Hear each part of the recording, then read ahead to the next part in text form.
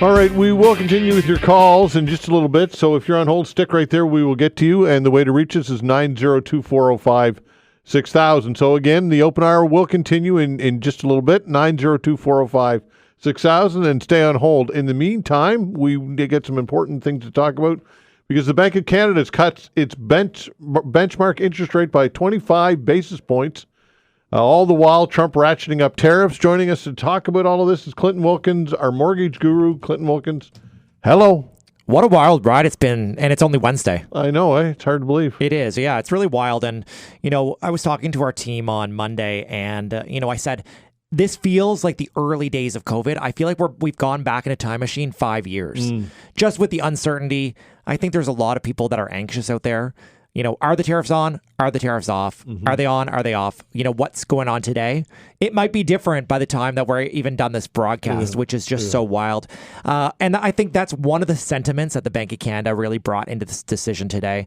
By and large, economists predicted that the key rate was going to be cut, 25 basis points. Bank of Montreal actually came out earlier this week, I believe, and said they predict the key rate to be down to 2% here by the summer, by July, which means they're predicting after today that we're going to see at least another 75 basis points in cuts, which is beyond even kind of our prediction that we had on Mortgage 101 when we started this year. We thought that the rates were going to continue to soften, but I think they're softening quicker than we even thought. And the reason that they're doing this, Todd, is because they want to bolster up the economy.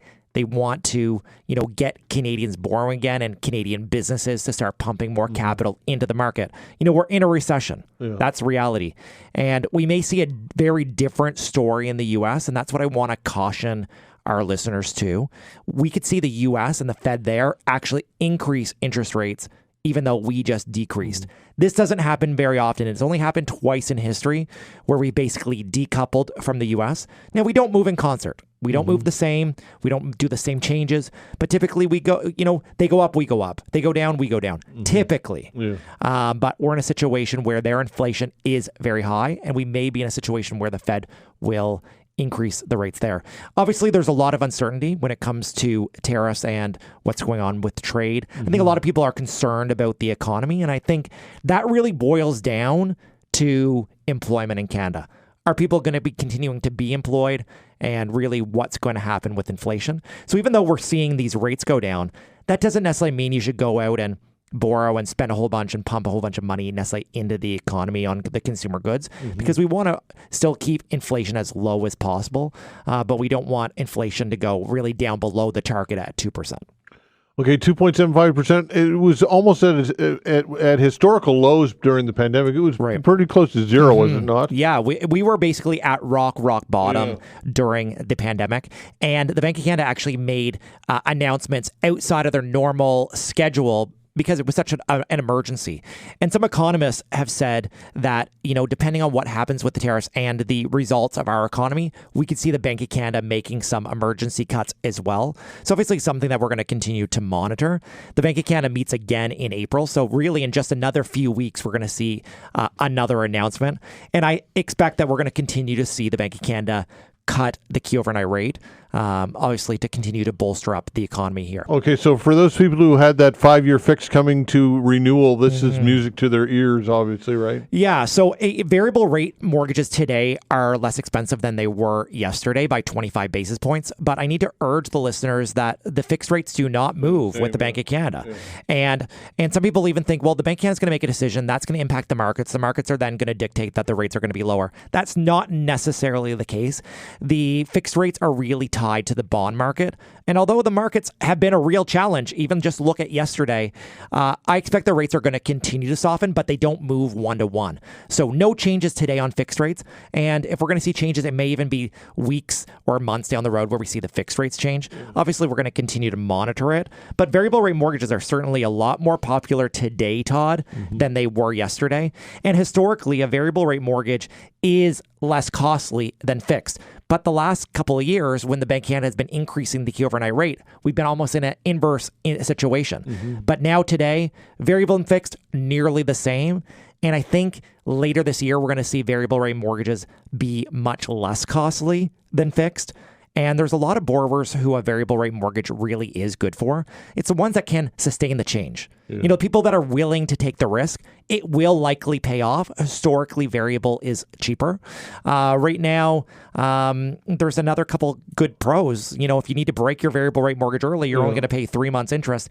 And the other real big pro on a variable is you can always convert that into a fixed with no penalty.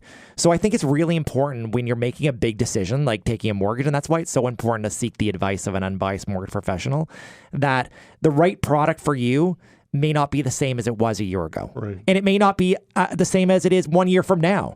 And that's where it's so important to really get the advice. And, you know, historically, a 5-year fixed rate mortgage is the most popular. But I can tell you, we are doing far fewer 5-year fixed mortgages today than we were before. I think we may see a little bit more uptick in the coming days, especially with that anxiety that's going on out there. And a lot of this is being driven by what's happening in the U.S. People want some stability, and they're willing to pay maybe a little bit more, Todd, over that 5-year period just to be stable. All right, so 25 basis points, let's say on a variable mortgage of, I don't know, $500,000. What does that look like when it comes to monthly savings, just kind of roughly? It really depends on how big the mortgage is and what the amortization is. In some cases, it's going to be a few dollars. In some cases, it may be hundreds of dollars. It depends on really the size of the mortgage. Right. Now, with a variable rate, it could actually, and the bank prime rate is tied to a bunch of different products, Todd. So maybe somebody who has a home equity line of credit, that will become cheaper. If you have a variable rate mortgage, there's 2 ways that they work. One has an adjustable payment. So that payment is going to go down now that the prime rate went down. Some lenders will take that into account right away, and some will wait until the first of the following month. So depending on how your lender is set up, that's going to make a change. And then there's a more traditional variable mortgage that has a static payment, and the amortization will get shorter. That's the type of product that I have myself. So I started out at a 25-year amortization. When I did it, I just did a new mortgage last year, and I'm already down to 14 years. Just because the amortization kept on getting shorter as the prime rate went down. Obviously, there's pros and cons to every type of product, and people's risk tolerance obviously is different. And that's why I think it's really important to ask the questions and really understand, you know, the product that, you know, it's going to be best suited for your needs. But obviously, any basis point cuts is a good 25 story, right? basis points is a lot of money for a lot of people. Right. You know, on a $500,000 mortgage, like we're talking like $5,000. Depending on their amortization over a 5-year period of time. So it's a lot of money in people's pockets. And the way that Bank of Canada rate cuts go, we typically see cut until we get to the floor. And then we see a plateau before we start seeing increases. You know, a reason that the Bank of Canada is going to continue to cut, obviously, is if the inflation is still low, depending on what happens with the job numbers and what happens with GDP. You know, they want to get to the floor eventually, and then they want to hold until we really get into another inflation type environment. You know, obviously with COVID, the government pumped a lot of capital into you know, the pockets of Canadians, and that really made inflation become a runaway train. And I think the Bank of Canada was a little bit late to the party with the increases, and that's why they had to go, you know, for longer than maybe people thought and higher. And I think, you know, we're going into a different situation. And it's interesting, even this weekend, that Mark Carney became the leader of the Liberal Party and is going to be the Prime Minister here of Canada. He was the governor of the Bank of Canada and very, very versed in this economic situation. So it'll be interesting to see what happens even in the coming weeks and months. Clinton, thanks so much for coming in. Always a treat, my friend. I appreciate it very much. Thanks, Todd. Happy Wednesday. All right, and we'll see you soon. See you soon. Thanks. Clinton Wilkins, our mortgage guru.